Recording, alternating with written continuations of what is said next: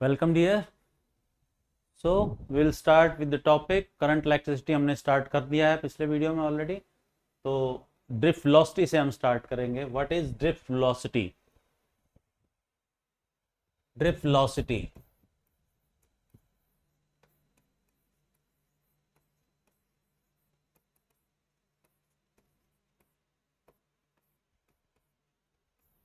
it is average velocity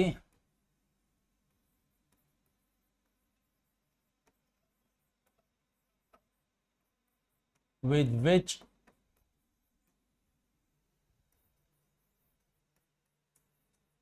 electrons drift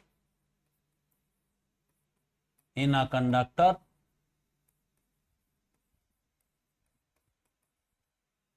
from lower potential to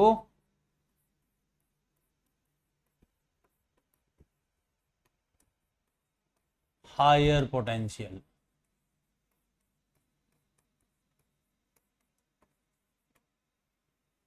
We consider a conductor of length L. Let A be the area of cross section. We apply a source of EMF V across the ends of conductor. So when we apply a source of EMF, it creates a potential difference across the ends of conductor. An electric field is set up in the conductor. An electric field is set up inside the conductor.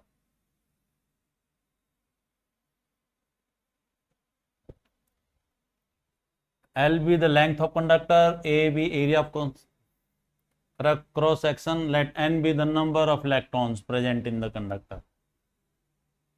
Consider a conductor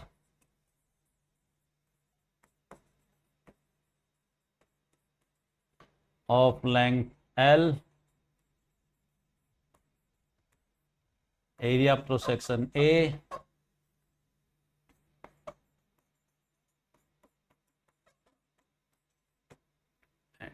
and be the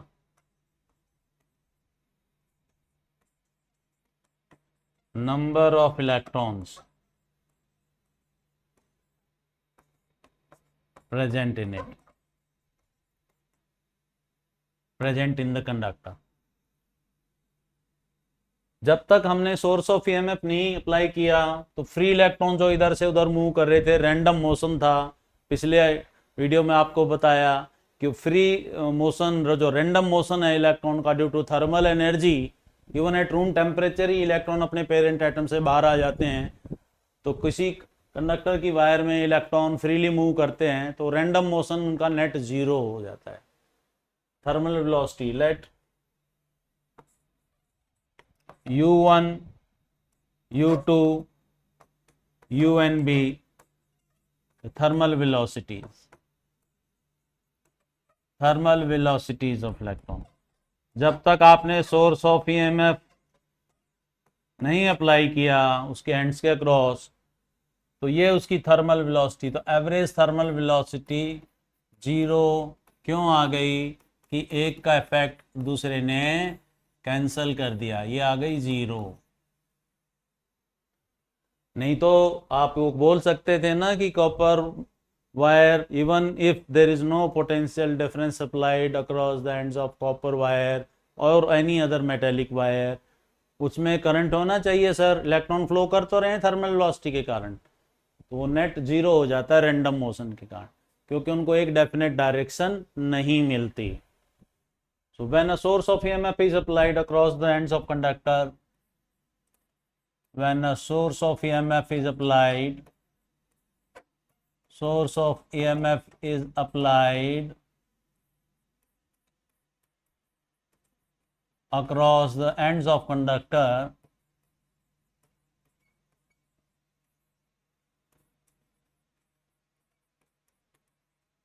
each electron will experience force. Her electron पे force experience होगा because of the electric field setup, because of the electric field setup in the conductor, और negative sign हम कह देते हैं क्योंकि electron पे force जो लगेगी it will be opposite to the field. Electron negatively charge है, negative charge move opposite to the direction of electric field.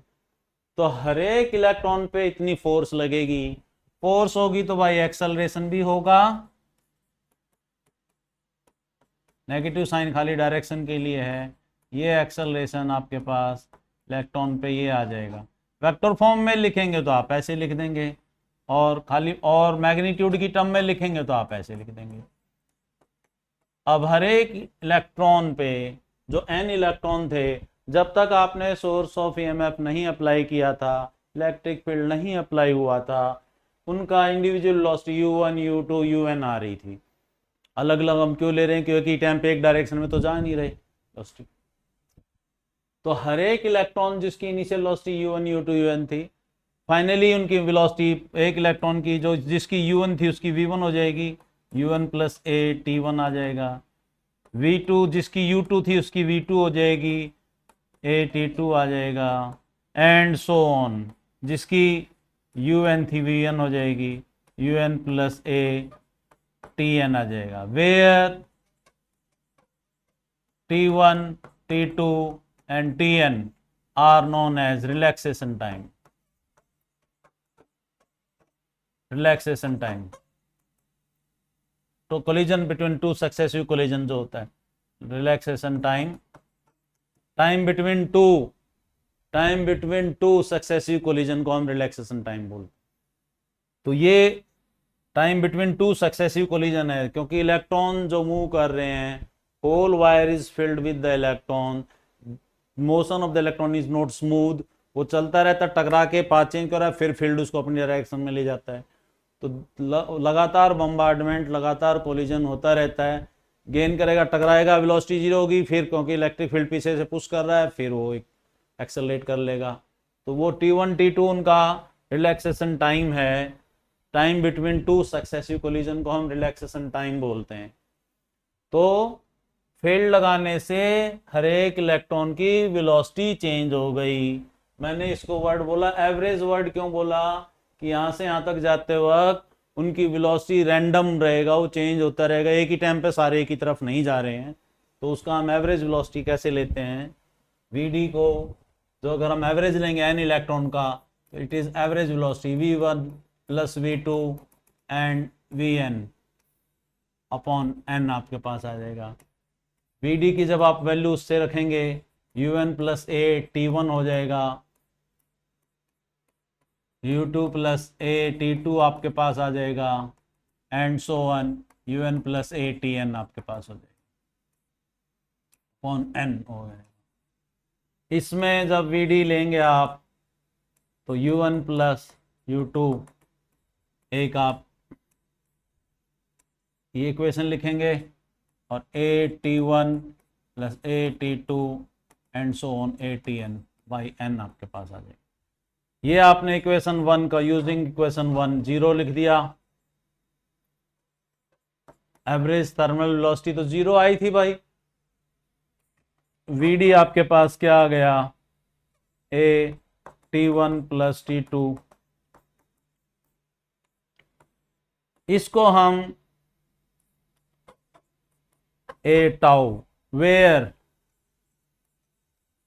Tau average relaxation time, known as average relaxation time, ये relaxation time आ जाता है average of this. ए की value आप निकाल चुके हैं वहां पे, ई बाई एम टाउ आपके पास आ जाता है। स्केलर फॉर्म में आप इसको ऐसे लिख सकते हैं, और आपको पता ही है कि इलेक्ट्रॉन जो है अपोजिट में ड्रिफ्ट करेगा इलेक्ट्रिक फील्ड के। वीडी अपोजिट में है, इलेक्ट्रिक फील्ड यूं है पॉजिटिव नेगेटिव के बीच में, ये ये भी है। तो वेक्टर फॉर्म में इसको दिखाएंगे, वीडी इज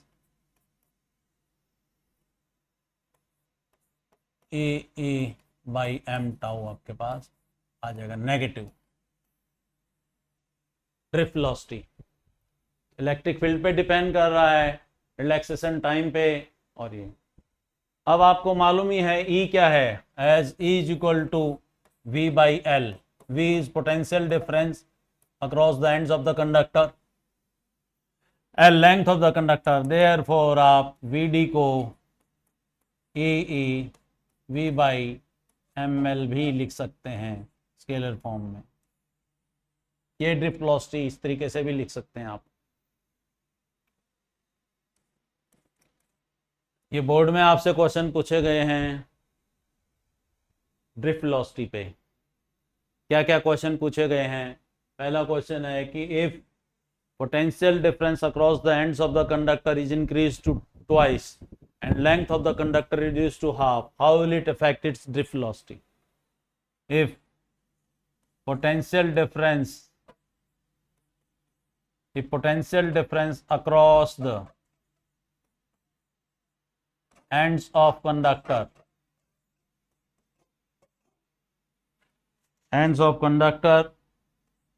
is increased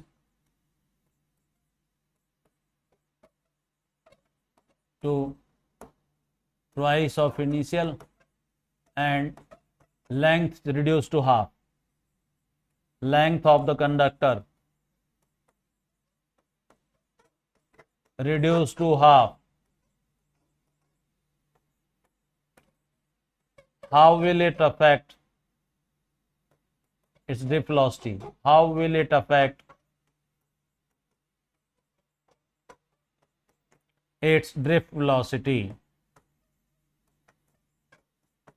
ये ड्रिफ्ट वेलोसिटी को कैसे इफेक्ट करेगी. पोटेंशियल डिफरेंस डबल कर दिया तो लेंथ हाफ कर देंगे तो ये भी ऊपर चला जाएगा, तो वी डी डैश जो हो जाएगा इनिशियल का 4 टाइम्स हो जाएगा. ये तुम कर सकते हो. वी गिवन था V D is equal to E V by M L और वी डी डैश क्या हो जाएगा E V dash M L dash tau. तो वी डैश 2v कर दिया, एल डैश एल बाई 2 कर दिया, तो देयरफॉर वी डी डैश किसके बराबर आ गया भाई 4 ऑफ वी डी. 4 टाइम्स बढ़ जाएगी drift velocity.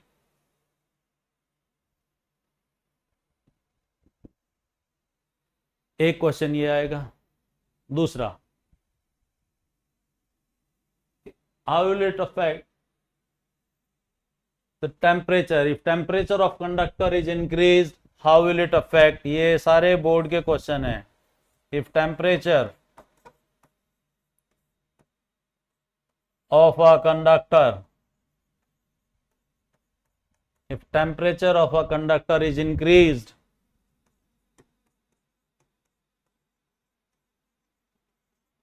how will it affect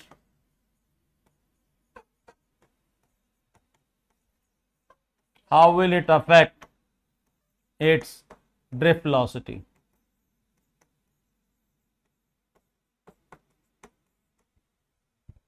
अगर किसी कंडक्टर का टेम्परेचर बढ़ा दें तो ड्रिफ्ट वेलोसिटी पे क्या इफेक्ट पड़ेगा.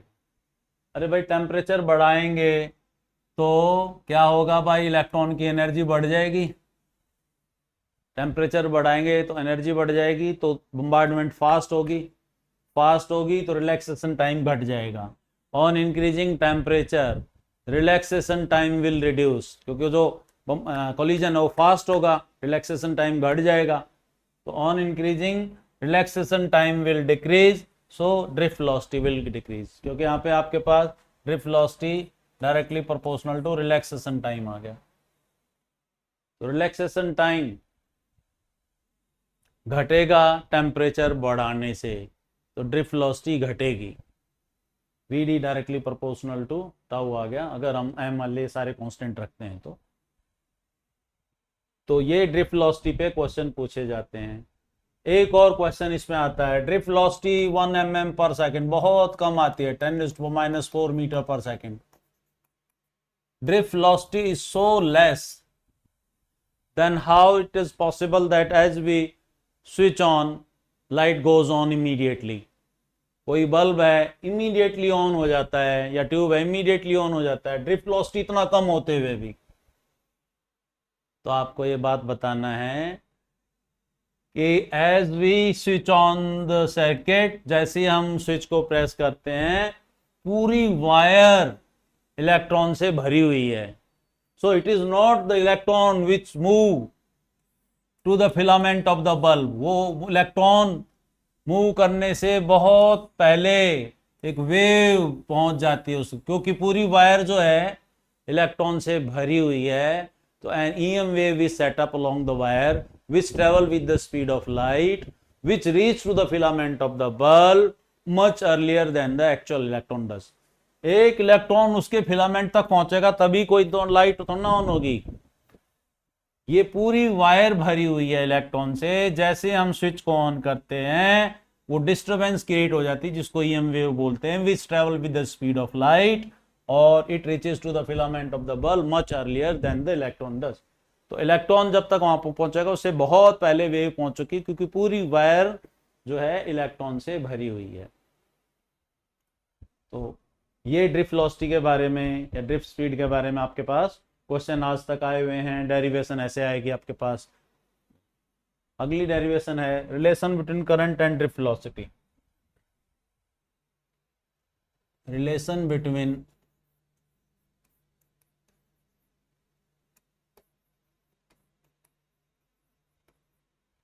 करंट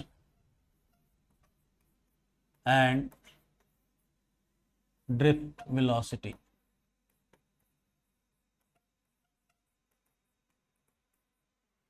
वही आप we consider a conductor of length L and area cross section A.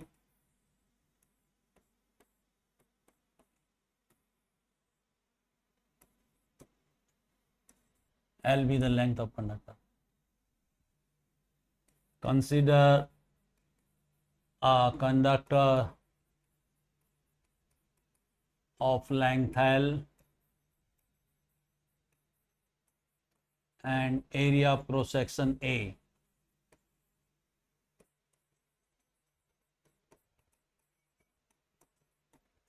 Let n be the number density of electrons.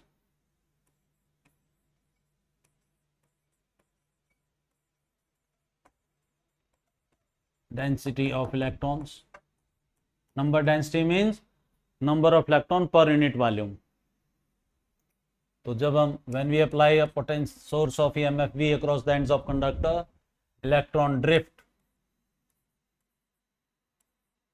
in the conductor. Conductor में इलेक्ट्रॉन ड्रिफ्ट करते हैं.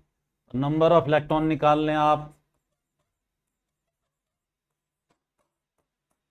वॉल्यूम AL हो गई, ए एरिया क्रॉस सेक्शन था, तो AL into N आ जाएगा. N number of electron पर यूनिट वॉल्यूम है. टोटल वॉल्यूम से मल्टीप्लाई कर दिया तो टोटल नंबर ऑफ इलेक्ट्रॉन्स आ जाएगा NaL.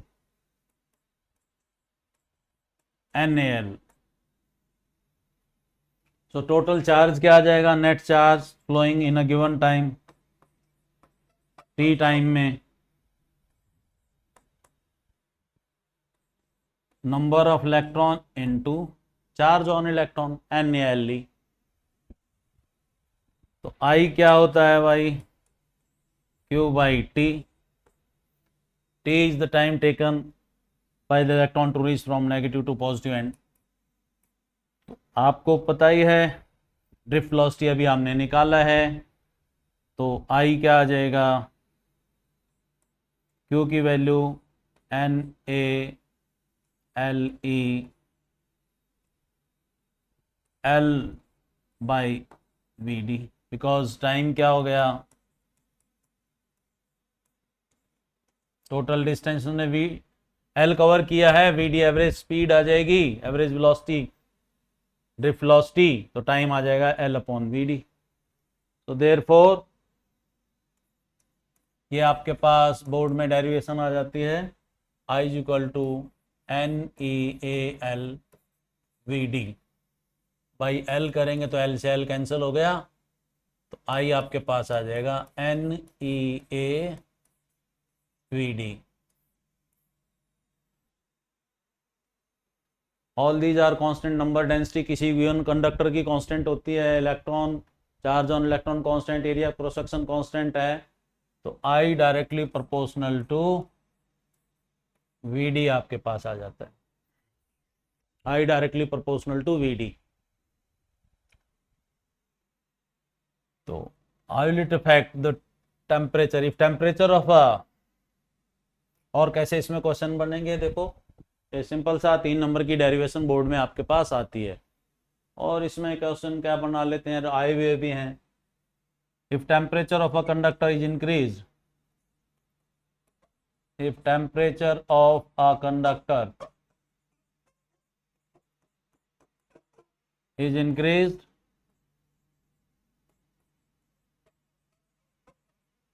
how will it affect its current, how will it affect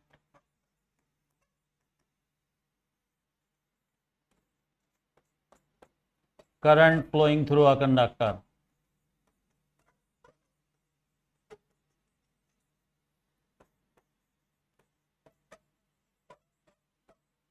conductor, अगर हम टेम्परेचर बढ़ाते हैं तो करंट पे क्या इफेक्ट पड़ेगा, तो अभी अभी आपने किया था, टेम्परेचर बढ़ाएंगे तो रिलैक्सेशन टाइम घटेगा, ड्रिफ्ट वेलोसिटी घटेगी, तो करंट भी घटेगा। With the increase in temperature relaxation time reduce hence drift velocity reduces, so current reduces, current directly proportional to drift velocity आपके पास आ जाता है। इस पे बोर्ड में आपके पास कैसे क्वेश्चन आए हुए हैं भाई,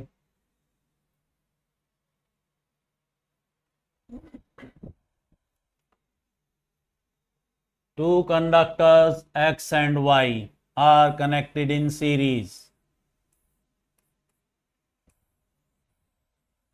Two conductor X and Y are connected in series.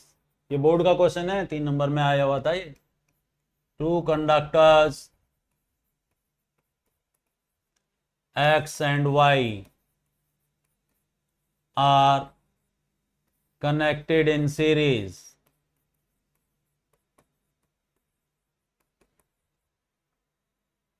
Area of cross section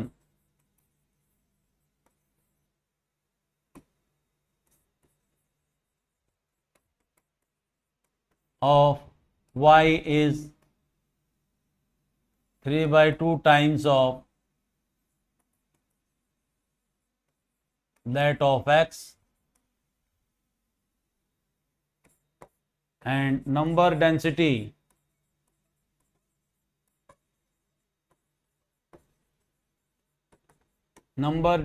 of electrons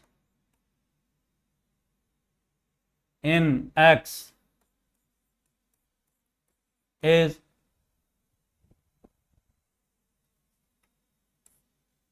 2 times of the number density of electron in X is 2 times of the number density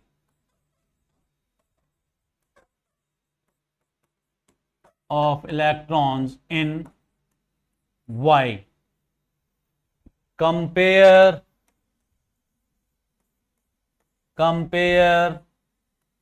drift velocity of electron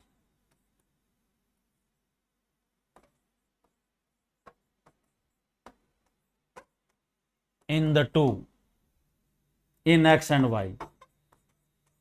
ये आपके पास question आया हुआ था board में। तो देखो इसमें क्या हिंट आपको क्या दे रखा है, हिंट के X और Y सीरीज में कनेक्ट हैं।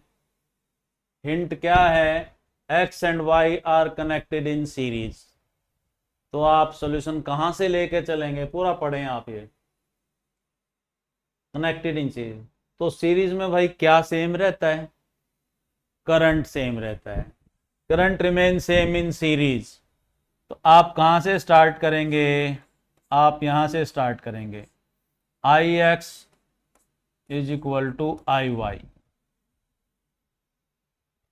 यहां से स्टार्ट करेंगे, I X is equal to I Y, current remain same in series. जो करंट एक्स से जा रहा है वही करंट वाई से जा रहा है। तो आप यहां से शुरू करेंगे। अभी करंट का रिलेशन, अभी आपने relation N E A V D A पढ़ा है, रिलेशन। तो आई एक्स के लिए जब मैं रिलेशन लिखूंगा तो कैसे लिखूंगा, एन एक्स बाई ई तो कांस्टेंट है charge on electron, A X V X ऐसे लिखेंगे आप एक्स कंडक्टर के लिए। इसके लिए एन वाई ई तो कांस्टेंट है, ए वाई वी वाई, ये आप यहां से चलेंगे। गिवन क्या है, area cross section of Y is, given है A Y is 3/2 times of A X, ये गिवन है, क्वेश्चन में ही गिवन है। A Y is 3/2 times of A X. और सेकेंड पार्ट क्या गिवन है, number density of electron in X is twice of the number density of electron in Y, यानी कि N X twice of N Y.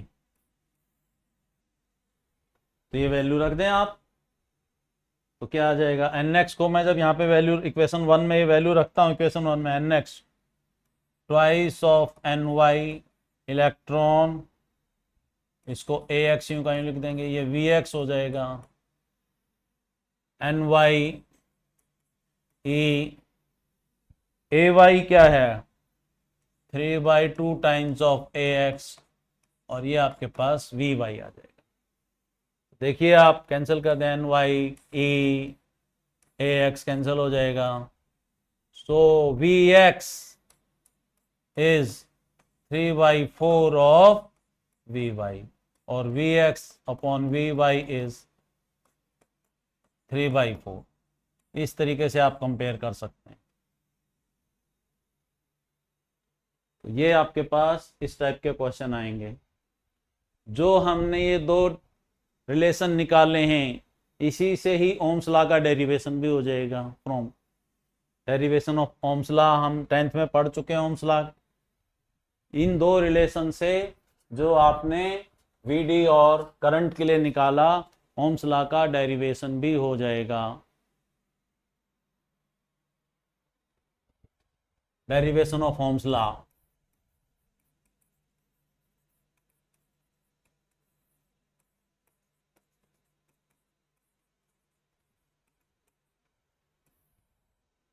Ohm's law का derivation करने से पहले आप अगर पूरा ओम्स लॉ पढ़ना भी चाहते हैं तो आप उसको कर सकते हैं ऐसे।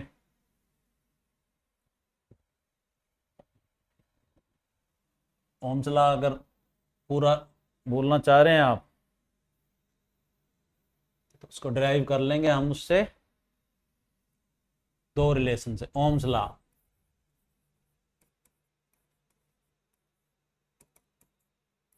it states as current flowing through a conductor, हालांकि ये 10th में कर चुके हैं आप, current flowing through a conductor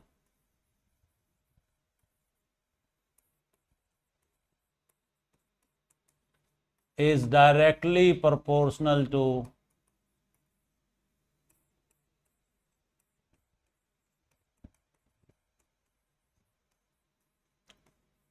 potential difference applied across the ends of conductor,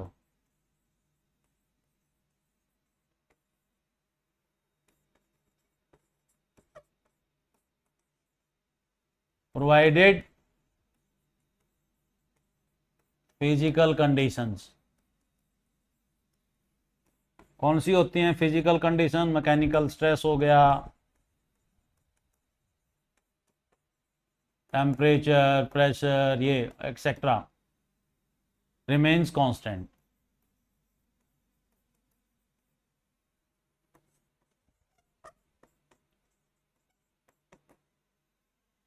किसी कंडक्टर में से कितना करंट जाएगा, ये उसके पोटेंशियल डिफरेंस पे डिपेंड करेगा, applied across the ends of conductor.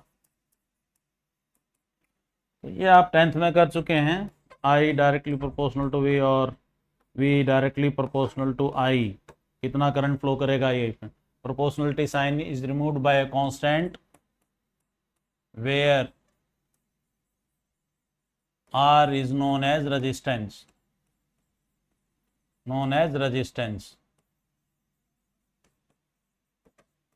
ये आप 10th में कर चुके हैं। और R is V by I, इस पे अभी हम बहुत सारे क्वेश्चन करेंगे। V is equal to IR और R is equal. What is resistance? Opposition offered to the flow of current is known as resistance. What is the cause of resistance? Collision between electron and electron and ion while electron drift in a conductor is the cause of resistance. Resistance का कारण है कि पूरी wire electron और ion से भरी है, तो जब इलेक्ट्रॉन मूव करते हैं तो उनके बीच में भी कॉलिजन होता है, इलेक्ट्रॉन के बीच में, और इलेक्ट्रॉन और आयन के बीच में भी होता है। That collision is the cause of resistance. तो इस पे हम बहुत सारे क्वेश्चन अभी करेंगे। R is equal to V by I पे ग्राफ आप बनाते हैं तो स्ट्रेट लाइन ग्राफ आएगा ओम के लिए, वोल्टेज इधर लिया, I इधर आ गया, तो आप इस तरीके से ग्राफ बना सकते हैं। स्ट्रेट लाइन ग्राफ आएगा जब तक डायरेक्टली प्रोपोर्शनल है। तो ये जो V इक्वल टू RI जो है हम ड्राइव भी कर सकते हैं। यहाँ पे तो 10th में आपने यहाँ तक किया था, और 12th में आने का क्या फायदा हुआ कि आपको दो डेरिवेशन मिल गई। Derivation of Ohm's law,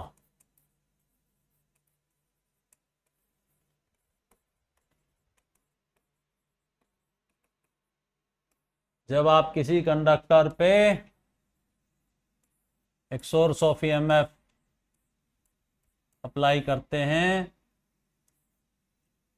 L be the length of conductor, A be its area cross section, तो electron drift in the conductor, current flows through conductor I।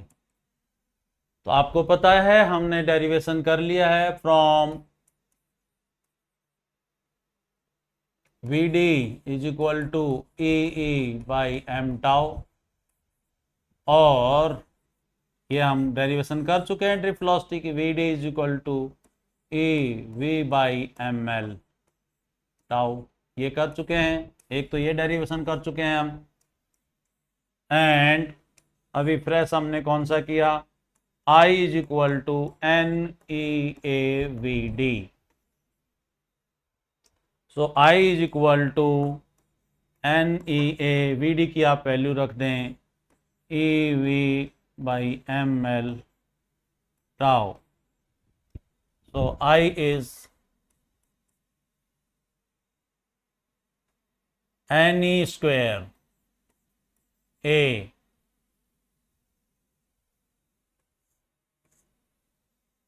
NE square A tau ML V, और V is equal to ML NE square A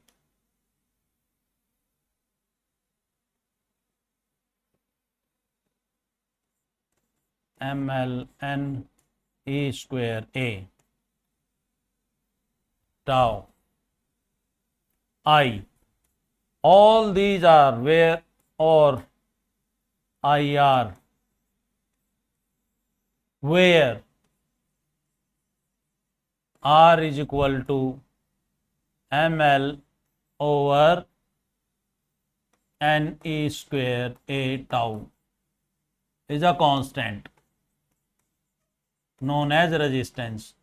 तो आपको इसकी derivation का ये फायदा हुआ, Ohm's law की डेरिवेशन का, आपको पता लग गया रेजिस्टेंस ऑफ अ कंडक्टर कितने फैक्टर पे डिपेंड कर रहा है। Resistance directly proportional to the length of the conductor, resistance inversely proportional to area of cross section of the conductor, resistance depend upon the number density. Number density से nature change हो जाती है, हर एक element में number density of atom और electron different है, तो it changes the nature of element. तो नंबर डेंसिटी पे डिपेंड कर रहा है, तो यानी कि नेचर ऑफ द मटेरियल पे डिपेंड कर रहा है। रिलैक्सेशन टाइम मैंने किस पे बताया था, फिजिकल कंडीशन, टेम्परेचर, तो ये टेम्परेचर पे भी डिपेंड कर रहा है। तो इसका डेरिवेशन करने का क्या फायदा हुआ कि यहां से हमारे को पता लग गया resistance of a conductor directly proportional to length, length पे डिपेंड कर रहा है। Resistance of a conductor inversely proportional to area of cross section, area of cross section जितना ज्यादा होगा रेजिस्टेंस उतना कम होगा, लेंथ जितनी ज्यादा होगा रेजिस्टेंस उतना ज्यादा होगा। एंड ये नंबर डेंसिटी पे डिपेंड कर रहा है, तो it depends upon nature of the conductor, depends upon nature, क्योंकि ये जो नंबर डेंसिटी है ना भाई, ये नेचर डिसाइड करती है, नेचर ऑफ कंडक्टर। और it depends upon the temperature, physical condition पे भी डिपेंड कर रहा है रेजिस्टेंस, टेम्परेचर। तो ये 4 फैक्टर हैं, इस पे resistance of a conductor depends. तो ये डेरिवेशन 10th में नहीं थी, इसका डेरिवेशन करने का ये फायदा हमारे को मिला यहाँ से। तो आज के लिए इतना ही, बाकी इसमें जितने भी क्वेश्चन बनेंगे आगे हम पढ़ेंगे इसका। Thank you.